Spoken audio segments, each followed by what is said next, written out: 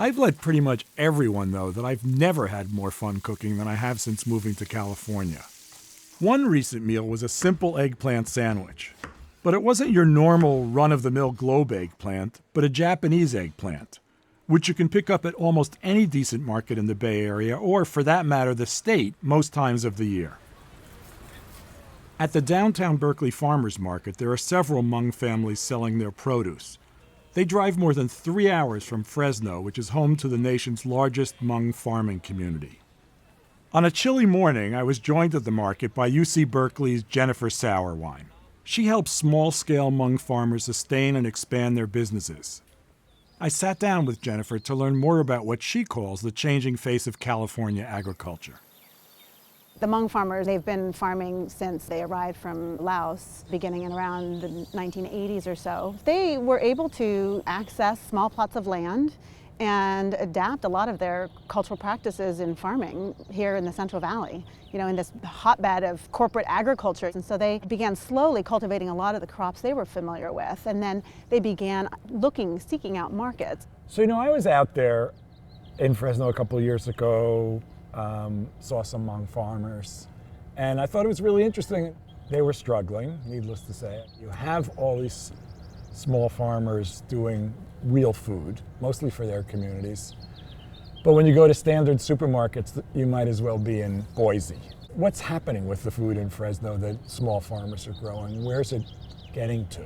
You're right, the Hmong farmers are, up against a lot of challenging odds. They've had huge challenges with limited English language and limited ability to access connections. So a lot of them have turned to farmers markets where, it's fairly easy to get in, and they produce a lot of these vegetables for their customers all across the state. One of those farmers is Bentley Vang, who leases land in Fresno County and is a regular vendor at the Berkeley Farmers Market.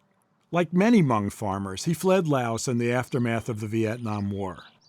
But since arriving in the U.S., he's been farming, and he now grows a huge number of crops on around 8 acres. I have maybe like 150 or more 200 kind of vegetable. Jennifer travels often to the Central Valley to work with local regulating agencies to provide more culturally accessible training for Hmong farmers.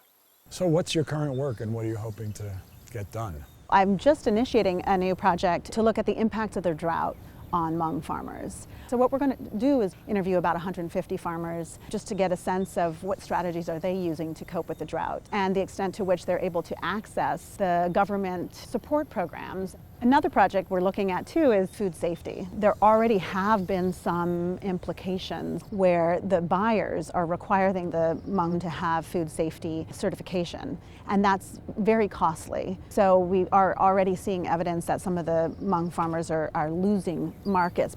Wow, oh, that's delicious. So we developed a very straightforward training program for a number of Hmong farmers in Fresno area, and it's a very hands-on, applied food safety class. I mean, it's just washing your hands, making sure that you have a hand washing station next to the bathroom and you have paper towels. And one of the farmers, because he went through the food safety training, now he's able to sell to Fresno Unified School District. And so it was really exciting to see the benefits of those classes on some of the farmers instituting a lot of the practices. Oh, that's great. And we would like to see more farmers being able to access markets like this.